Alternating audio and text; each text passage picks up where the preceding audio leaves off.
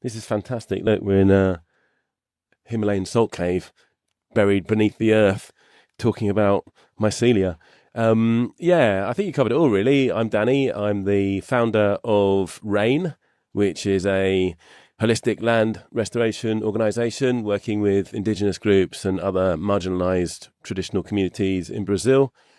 And I'm interested in all ways that we can stop the normal, conventional way of thinking that is taking us to hell, and a very boring hell.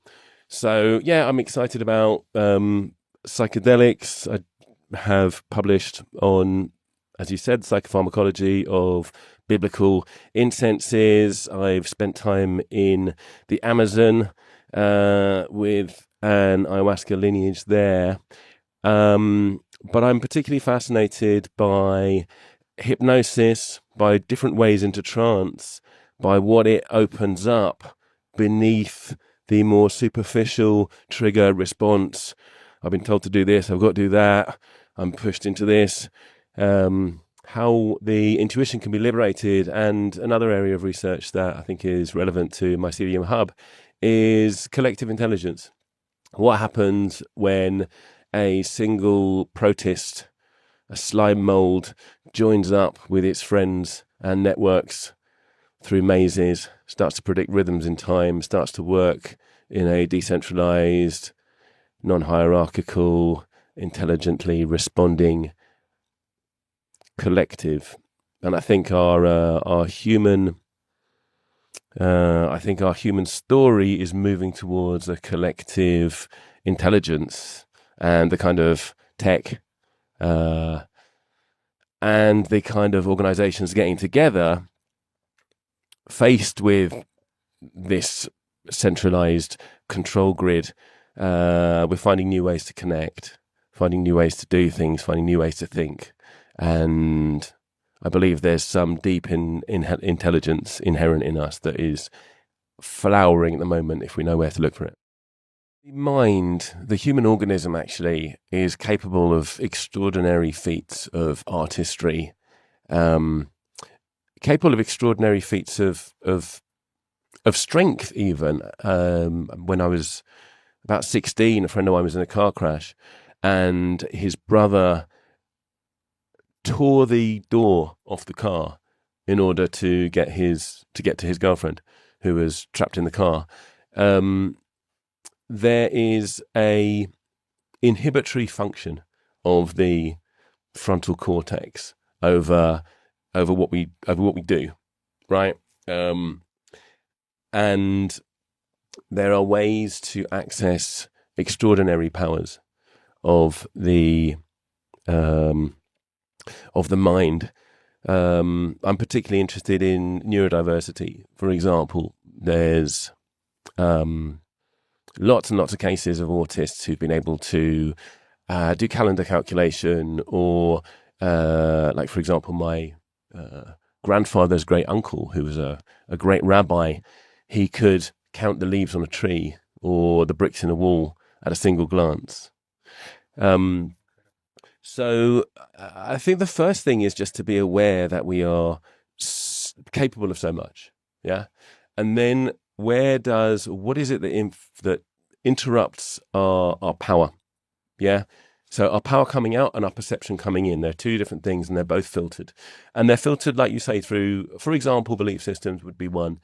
But it goes deeper than that. One of the chapters of that book, Neuroapocalypse, is a comparison of the Japanese and English language. And they are set up in such different ways that the world that a Japanese engages with is simply different to the world that someone who isn't raised with that language engages with. An example of that would be if you show an animation of fish moving around, then you show that to an American will nearly always say there was a big fish, and then start talking about what it was doing. Whereas Japanese, the first thing they'll nearly always say is, it's an aquarium. And then they'll start describing the relationships between the fish. Mm-hmm. And then, which is fascinating, if you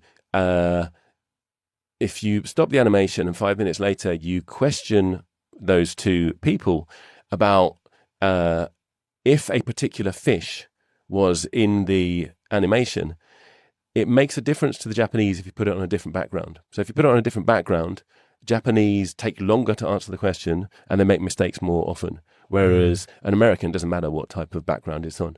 And for reasons that are intrinsically linked with how the language works, how it deals with nouns, how it deals with how the context influences the meaning of a sentence, that perceptual apparatus works differently, and you see it across Japanese culture as well. If in their Zen garden, for example, you've got a single item, like it might be a rock, and then in the sand around it or in the gravel around it, you have it all kind of raked into lines which reflect. So that relationship between the individual and the group, which you see in Japanese society in many places as well, in the way that they behave in a collective manner. You even see it in their science, actually. This is what drew me to a fascination with slime molds, in fact, is that the Japanese did the best research in slime molds, right? They found out that slime molds are extremely intelligent in a way that Western sciences hadn't.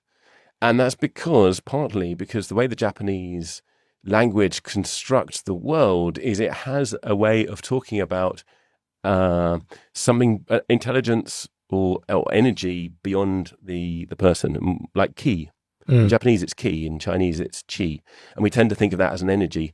But you can't even have a normal conversation in Japanese without using the word ki. Ki ni naru means I got interested. Ki ga awanai means we don't get on. Genki is how you say, how you doing? Genki, original ki. So there's this kind of energy or intelligence which moves between people, which is embedded right in the language. Yeah. If you start to talk about chi or something in English, it sounds like you're talking about something spiritual. Whereas in Japanese, it's like, it's literally part of their everyday, every 15 sentences or so, they're going to be evoking this transpersonal spirit, we might call it something like that, although they wouldn't call it that. They did the same in their study of primates. Europeans were looking at the mother-child relationship in chimpanzee groups, whereas the Japanese started mapping out the really complex relationships between apes. So I guess my point is that just the language can totally change the way that we perceive the world. So one way of opening that up is by becoming bilingual or by studying a language. And you see with, for example, Hong Kong Chinese, who have learned both English and Chinese, if you prime them with like pictures of dragons and temples and then ask them a question, they give you different answers to if you prime them with images of cowboys. Yeah. Okay, and it's on this axis of the individual and the collective. Yeah. Obviously, psychedelics are a good way of opening that up as well, because psychedelics move the edges. So an example of that might be, you might be having a tough time in you might think, my wife is an asshole, might be a good example. Then you take a big dose of mushrooms or something, and then the edges are redefined. It's like, actually, do you know what? Maybe she's not an asshole. Maybe me and her are together making an asshole. And then you can start to respond intelligently rather than reactively to the situations that we face. That's very insightful. So for people who don't want to quite dive so deep, is there something kind of mundane that can help people explore these imposed limitations, as it were, or these limitations that stem from culture and language, to try and kind of connect with their own true self? Is there a meditation or a technique that you've found that can be helpful for that? Yeah, meditation is fantastic, but it's difficult. It requires training. Buddhist monks sit there for time to get to those states where the temporal lobes are functioning less than they normally would, and the frontal lobes are functioning more. The beauty of hypnosis is that, well, the beauty of guided meditation is you've always got an object which is there, and it's a little bit more interesting, let's say, or easily fascinating than, let's say, a candle or a mandala or a mantra or the traditional meditative technique. So you've got a voice there that you're listening, and it's going in different directions. And if the hypnotist is any good, they will be generating that language in a way that is designed to elicit your interest, because they will have listened to you and they say, okay, is this person more conceptual? Are they more visual? Are they more, what's their sense pattern? So that's one thing about hypnosis. And then the other thing is, because we use specific language techniques, linguistic techniques, it's very, very easy to go into trance. Yeah, and sometimes you'll meet someone who'll say, no, I can't do that.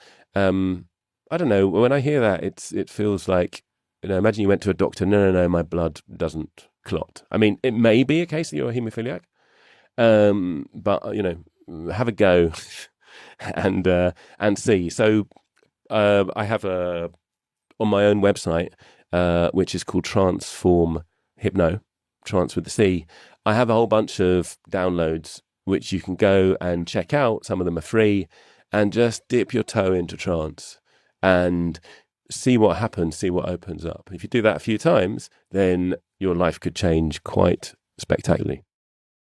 What have you discovered about intuition? And maybe that relates to your work on hypnosis. Do you want to tell us a little more about that? Yeah, I got into hypnosis myself when I had to do a podcast, or I had to do a interview rather, on my first book, that book, Science Revealed. And I was on the radio, they pre-recorded it, and I did such a bad job of presenting myself that they decided not to publish it. So this was kind of worrying and heartbreaking, because I'd spent like a good portion of my life writing that book, and that was only the first in a series of 3.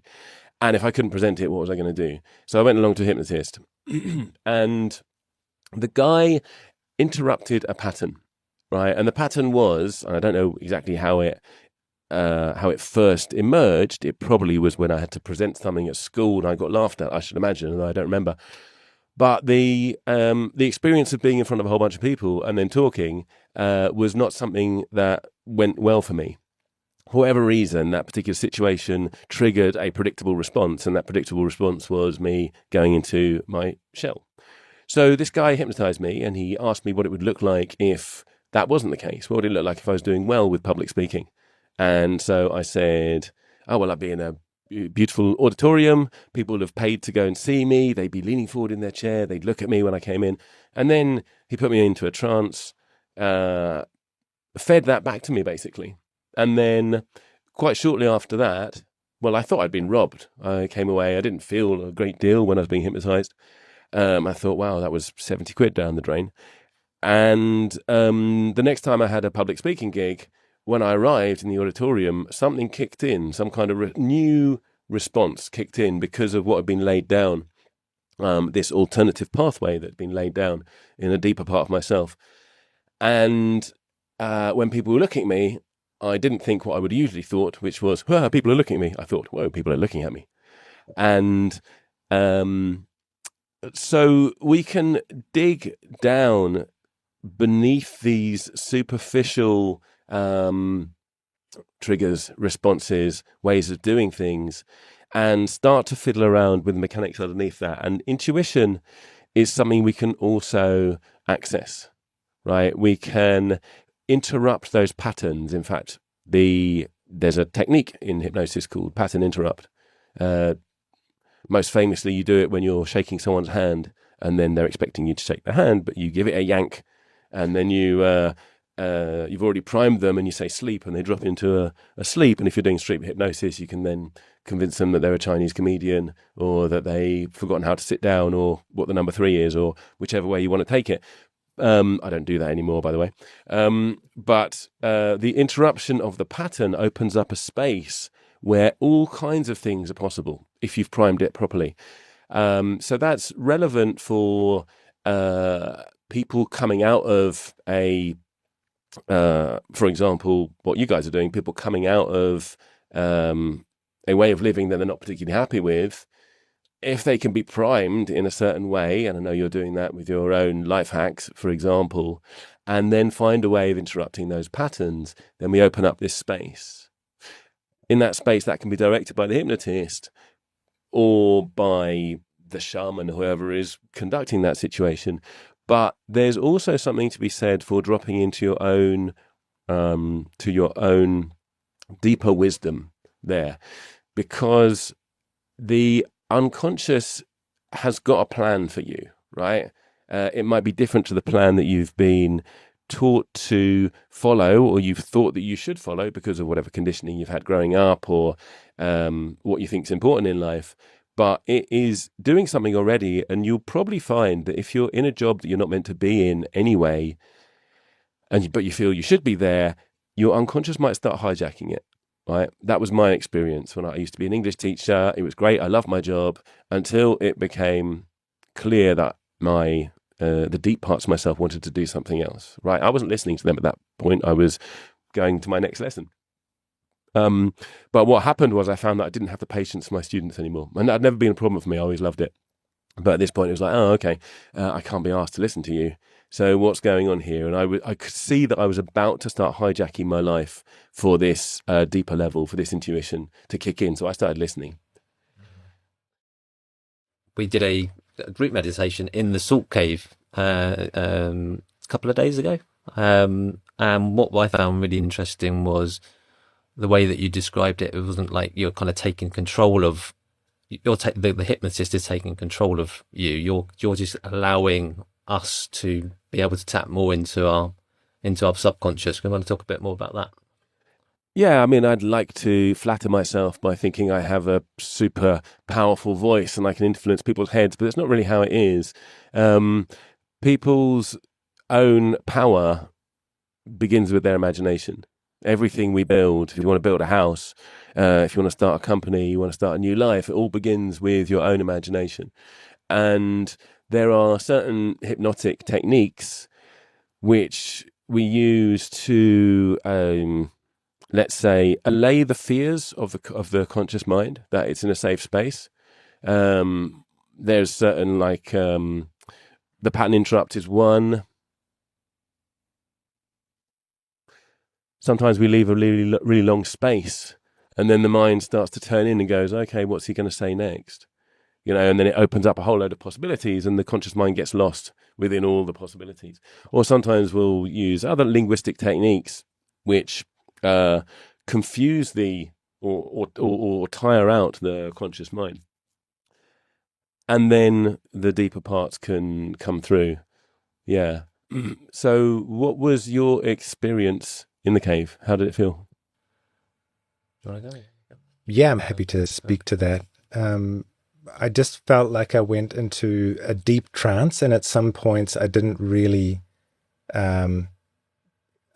hear consciously the words, but I was going onto a journey into the forest, into a tree, into the mycelium, and it was a really powerful experience. So I felt like I was able to really go on a deep journey, and I didn't have a sense of, how that could happen before, but I just opened myself to the experience, and it was really great. And I feel like I'm through dreams and experience over the next few days. I'm still processing that, and things are still coming back to me from that.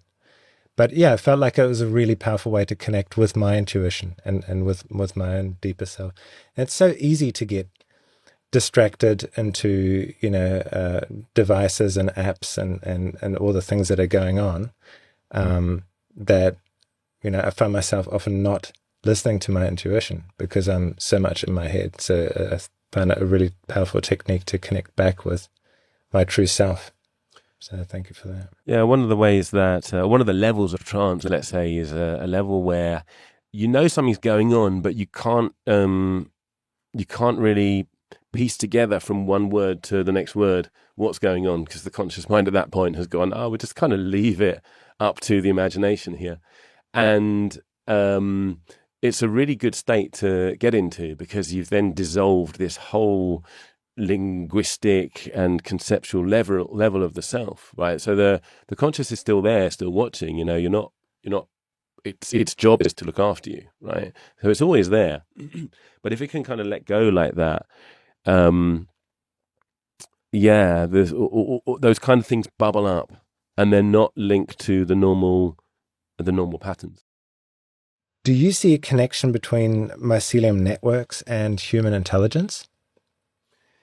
Yes, I do. So the networks, I mean, they just look similar in the way that our brains branch, and in the way that mycelial webs branch as well. And that format you also find in slime molds, which are my own favorite intelligent companion you can keep in a jar without getting into trouble. But whenever you have an advance in language in human history, then our capacity for collective intelligence changes and our society changes. So an example of that would be language itself. When apes developed, I mean, apes do have their own kind of language. They have a whole load of signs. That's something covered in Neuroapocalypse as well. Mm-hmm. When we developed vocal language, then we could start to share the contents of our heads much more articulately with other people. And then we can start to put together plans and do things on a collective level that's very difficult for people or for creatures that don't have that capacity to do. Then at some point we went and developed language, written language. And once you've got written language, you can then pass ideas around on clay tablets or however, much easier, but you can also store them. So you can start to communicate with people from former times, former generations, and you can start to accumulate knowledge. So then you can be sitting in a library and you can be collectivizing all of the research of whoever's been looking into whatever you're interested in. Then we developed the printing press to simplify the story. And with the printing press, all these new ideas start to get rapidly disseminated. And part of the result of that was the Reformation, various scientific revolutions, and all the rest. So all of these technologies give us access to a collectivization of intelligence. This is what Bruno Latour talks about. Now we're in a world where we can sit and have a podcast, and we can get it out in a couple of weeks and spread it to millions of people if we're lucky. Potentially, yes. So we don't know what that is going to do for us. We have no idea. And there's a really interesting reflection, which is by Saint Augustine. Yeah, this is a guy who lived through all kinds of religious riots and great upheaval. But one of the things he writes in his Confessions, he writes that one thing that really freaked him out was seeing his abbot read a book without pronouncing the words, because back in the day that was unthought of. You would have to read out loud, and he was like, what is this guy doing? Witchcraft, yeah. And now pretty much everyone can read in their heads. So we have developed some kind of a step change in how our cognition works. Yeah. What does that mean on a collective level? So we don't know, in the same way that we didn't know what the car would do to how our cities are constructed. We didn't know what the printing press would do to how knowledge is distributed. We don't know what we're capable of when we come together. If you look at slime molds, right? Slime molds can, for example, they can solve mazes. They can predict rhythms in time. They live on moist logs in the forest. And when their log becomes dried out, they either form sclerotia, so they form like dried plaques, mm-hmm. and those dried plaques can store information that they've learned about their environment. As you wake them up a year later, they can still know how to interact with their environment in the way before. So they know how to store knowledge, which is incredible because they haven't got any brains. But the other thing that they can do is they kind of collectivize into something that looks like a mushroom. It's not a mushroom because they're not fungi. And then it kind of grows like a little tower, and it spores. They're not spores because they're not fungi, but it puts out these little kind of individuals onto the air current. Some of them even get onto insect wings, and they float off to other places, which might be moister, might be more conducive to their survival, right? And if you were to ask an individual slime mold protist when it was coming together to form a tower, or if you were to tell it, do you know what, you're going to be part of the tower that gets left behind and your mates are going to float into the atmosphere. I mean, firstly, I don't imagine that it has any conception of what it's capable of when it is responding to the impulses that are drawing us together. So now we're getting back to this idea of intuition, because I believe that beneath the surface, beneath all of these narratives and all these stories and all of these impositions, there's actually a current running through all of us, which is pushing us in a certain direction. And if we can listen to that and engage with it and follow it intelligently, and I don't mean giving up to some kind of cultic egregore, some kind of like economic hell where you're told to do all this stuff. No, what's deeper than that? What is bringing us together? I don't know what it's capable of. But if slime molds can survive when their log is drying out, and we're in a situation where our environments are changing, then I think it's I think there's all kinds of possibility in associating, in working out new ways of association, and seeing what emerges out of the mix. Tell us more about the predicting or understanding cycles and time. What was your research around that? How do they deal with cycles? It wasn't me who did the research, but looking at a literature review, well, one of the experiments is if you blast slime mold. So slime mold they're a little bit like amoeba. They like moist environments, and they move around and they get their food and then they network. If you blast them with cold air for 5 minutes, they start to retreat. They start to move backwards, right? If you then wait an hour, and on the hour you blast them again for 5 minutes, they retreat again, but this time they retreat more. And if you blast them a third time, you wait another hour, you blast them a third time, 5 minutes before you blast them, they're already retreating, right? And then if you wait an hour and you don't blast them, they start to retreat, but then they realize you're not blasting them with cold air, and they kind of, they don't retreat so far. And then if you wait a whole bunch of hours, they gradually realize you're not doing it anymore. But then if you start the cycle again, they've retained that information, right? So, right. I mean, what the hell is going on? That's amazing. So they don't have a brain or a nervous system that we can understand, but they have this capability. They have this capability to predict rhythms in time. So that makes me think about two things. Firstly, the way that we predict rhythms in time, the way that we can find rhythms on a beat, is because it's something to do with how cycles of messages pass through the networks of our brain, right? So we have a network inside us which is intelligent, which responds intelligently and can predict rhythms in time. So that's one thing. But also, if you think about what shamans do, or what mystics do generally, quite often they will predict the future. So I'll give you an example of this. I went to Kumbh Mela, which is a big gathering of Indian sadhus. And in fact, when I went there were 70 million people in 2001. It was mental. But one of the guys there that we met, I was on a film crew making a film about it. We met this one guy who was called the Pyramid Baba. And he had this like naked, skinny Indian dude in a little hut. And we were interviewing this guy. What do you eat? Oh, I just drink a quarter of a pint of milk every day. Oh, cool. Why have these guys built a 7-story pyramid outside your little hut? And what happened was he'd lived up the mountain by a village. One day he comes down to the village and he says, there's going to be a flood. You need to move your village from that side of the river to that side of the river. And they did, and there was. And so they really liked this guy. And it sounds very strange to us, to a more kind of, let's say, materialistic conception, but divination responding to events that haven't actually happened yet is something that shamans and mystics have been doing forever, right? And it's something that slime mold do. So obviously we know that there's something happening every hour.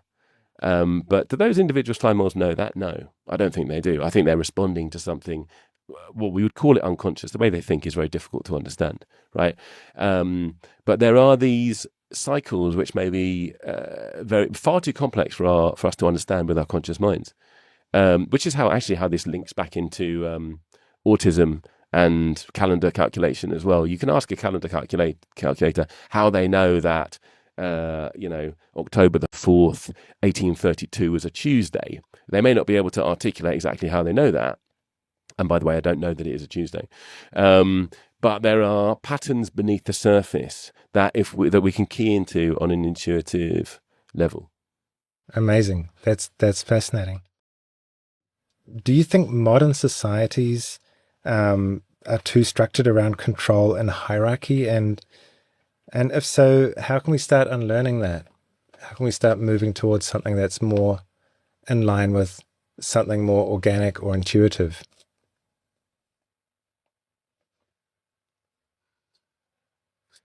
Yeah. Well, the simple answer to the question is yes, I do think they're too structured around control and authority. But then there's a history of that. So my academic background is the history of medicine, the history of science. When I went to the Amazon, I went there to learn about ayahuasca. I'd been involved in an ayahuasca group for about 7 years by that point, 6 years. And I wanted to learn about the roots. And when I got there, I got terribly ill. I got leishmaniasis, which is a bacteria. It's a protist, actually. It's a protozoal colony that eats your flesh. And in the second stage of infection, it can start to dissolve the cartilage in your nose and throat and ears, and you can become quite a mess. And I'd gone there for a reason. I'd gone there to understand ayahuasca, and I'd gone there to investigate their local medical traditions. And I'd done, a bunch of years, not just my degree, but then had written most of that first book, Science Revealed, which is a lot about this, about how medicine works, about how the pharmaceuticals industry works, and about natural medicine and the intelligence of it. And I got given an opportunity to really test that out in my own body. And in the course of working with ayahuasca, for a period of 5 months of it, I was drinking ayahuasca every day to treat this illness. I gave up I stopped giving allegiance to the arrogance of colonial medicine, which reckons it can control everything. Even though it can't even control its own children in its boring schools, because we've got an epidemic of what people call ADHD, which is, I think, much more deeper and much more interesting than attention deficit. I've been diagnosed with attention deficit. Nothing wrong with my attention if I'm focusing on something interesting, right? If it's boring, I'm not interested. Yeah. So that's not an attention deficit. So I think the world is, I'm not suggesting you go to the Amazon and get ill. And by the way, if you haven't tried ayahuasca, taking it daily for 5 months is, it takes some willpower, doesn't it? Make sure you know what make sure you're doing that with supervision. Like, let's be careful with powerful tools here. And if you're not sure, then don't. So I did quite an extreme thing there. It didn't feel very extreme for me, but because actually writing the book in the first place was pretty extreme. I dedicated a whole bunch of my life to it, and I was already on a kind of narrative where, what was I going to do? I was going to take antimonium tartrate injections 3 times a day for 150 injections of heavy metal into my blood. I didn't want to, right? So I thought that was a pretty extreme thing to do, but I'd come from a background of investigating medicine quite deeply. But I think in our lives, more and more, we're being presented with choices, right? Are we going to do the thing which we are expected to do and we're told to do by people who, if we really look closely at them, they don't actually have that moral authority anymore anyway, right? Are you going to do what your state tells you to do? I mean, have you looked at what your state is doing recently? So I think it can be quite small, like every choice we're given, there's an opportunity to key into what we really want to do, or there's the opportunity to respond to a trigger which is saying you probably should do this, right? And by building up your confidence in your intuition, right? It can be as simple as leave now, go left. When we start to engage with that, all kinds of interesting things happen. Great. And I will say one more thing, actually. When Hitler decided to invade Russia, he was going to fail anyway, right? He didn't pack enough uniforms. He thought he could conquer Russia the same way he conquered Belgium, with a whole load of meth and a whole load of aggression. And it was a different prospect, right? You don't need to resist the tanks coming at you, metaphorically. They are going to run out of fuel. Certainly, you don't need to resist with all of your power. So in many ways, kind of retreating and waiting for the engines of domination and control to snarl themselves up is a bit of a better tactic, I think, than firing pea shooters at panthers. That's such an interesting analogy. So you're kind of comparing activism against an perceived state oppression versus just retreating and creating your own space and finding your own ways to live your life, and letting that expend its energy and aggression that kind of runs out of support and energy at some point. Yeah, I think it needs to be, each case needs to be considered, because there are times when it is reasonable to resist. It is a good idea to resist, Sure. But Bayo Kumalafe is really good on this. What if the response to the problem is part of the problem? What if turning up with a united front against some front of oppression is actually buying into that narrative, wasting your energy in that narrative, where you could be building alternative systems and alternative ways of connecting? Exactly. And so often the revolutionary forces end up being the new oppressors, right? We've seen that in history.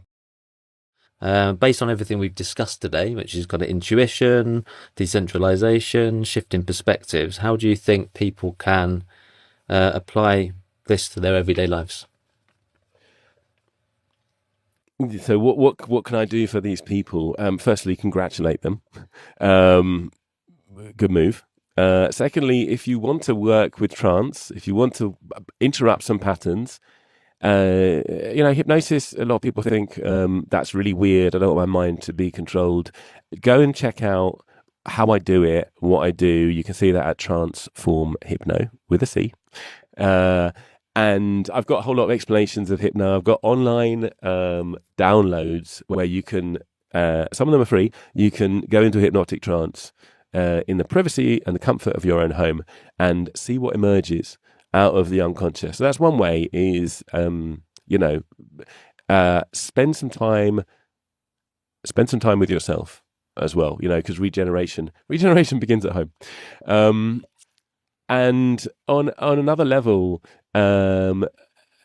if you can find some time for local projects, just a little, right? And local networks of other people who are doing things. You may not have much time, but you may have a certain skill, or you may have a connection to someone who has some time or a skill. So just reaching out, seeing what excites you, and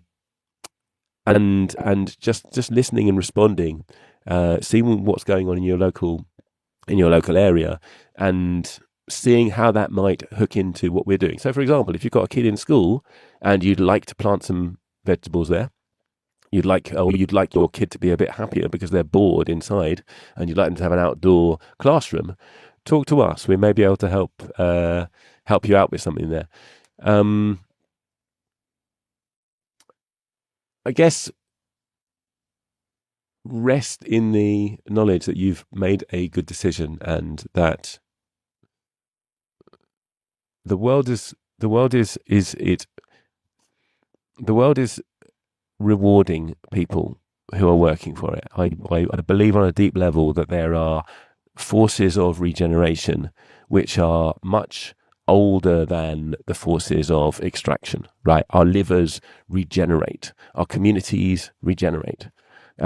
Read Pyotr Kropotkin, who talks about how mutual aid is a factor in evolution that goes deeper than cooperation. I find him very inspiring.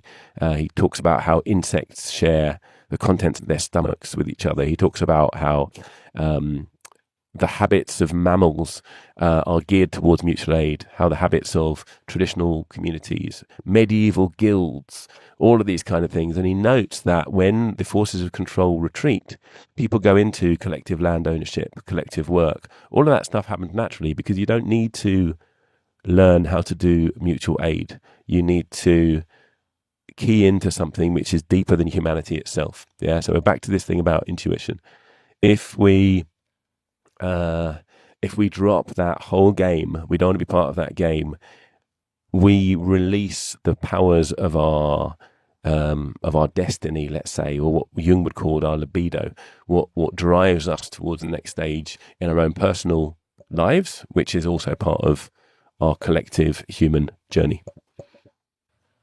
What kind of mental shifts do you think people need to be able to make that shift into more autonomous living lifestyle? Bayo Kumalafe again, he says something very wise. He says, things are urgent. We need to hurry up and slow down, right? There are horrors going on all over the world, right? It feels like we need to respond to them. I think on one level we need to begin to adapt to the world that we are living in. The world is going to throw all kinds of problems at us. I believe there is a Chinese saying, "Get used to the taste of bitter," right? I think one thing in terms of the mental side of it is, can you approach your neighbor and talk to them, right? Can you approach? I think shyness is actually a real difficulty when we're trying to create connection, and you look on the train, everyone's on their phone, no one's talking to their neighbor. If we need to connect, we need to connect. That means looking at people, that means asking them about themselves, that means being curious, right? So I would say that, like, engage with curiosity. See what happens. That's great. And if you had like one thing to pick, one thing that we've talked about to pick to help people to break free from that conditioning, what would you suggest that be? I'm thinking about radical kindness. And I'll say that a lot of people in this kind of world, let's say, have had a wonderful experience with psychedelics. My background is in psychedelic research. I've been involved in ayahuasca for a long time, and my own lineage, we had a rule, which is that you can't invite people, and that you can't get messianic, and you can't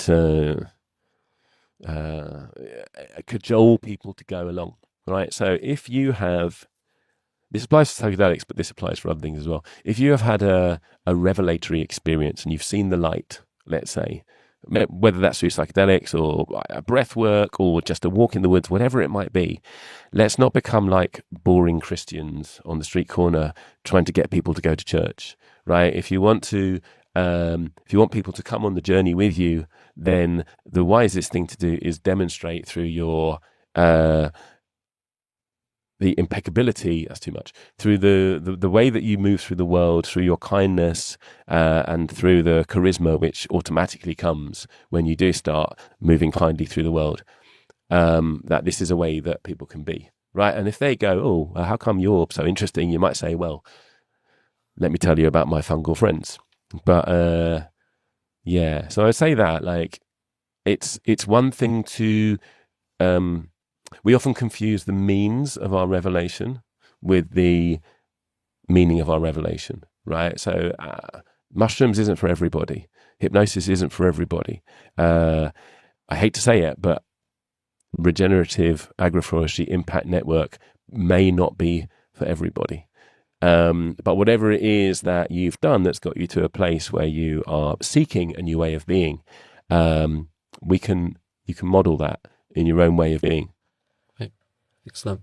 Just before I hand it back to Milan, I guess the final thing was you've mentioned your Hypno website, and I think you also offered, I think, kindly to offer our members maybe a little Hypno session in terms of helping people to, that are wanting to make some transition. So we'll look forward to receiving that in due course. So thanks for that. Yeah, super cool. I do collective hypnosis, and we can do that over Zoom as well. And I'm really excited about designing one for Mycelium Hub. Amazing. Thank you so much. Look, thanks for the conversation. It's been absolutely riveting.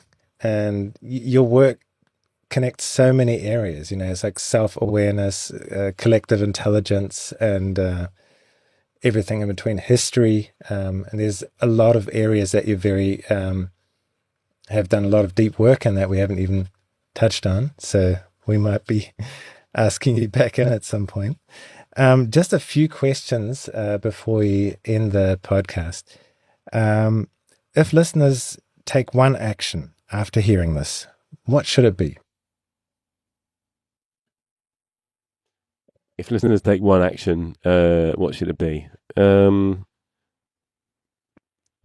say pattern interrupt. If you find yourself reacting in a way that you don't like that you're reacting, pause, take a deep breath. It's an exercise in self-awareness. Yeah.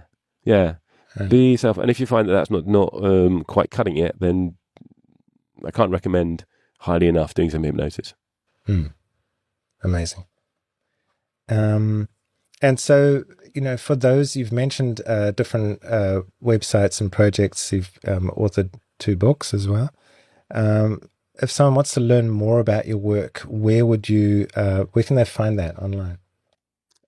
My own personal website is dannynemu.com. That's got loads of talks, podcasts, research. One of the things we didn't talk about today was drugs in the Bible. So I've published peer-reviewed journal articles on psychopharmacology of frankincense and myrrh and those kind of things. And I also own the website drugsinthebible.com. Okay, great. So you can find your way to me there. I've got a Substack, which is called the Snake Tail Digest. It's currently got 3 sets of articles on there.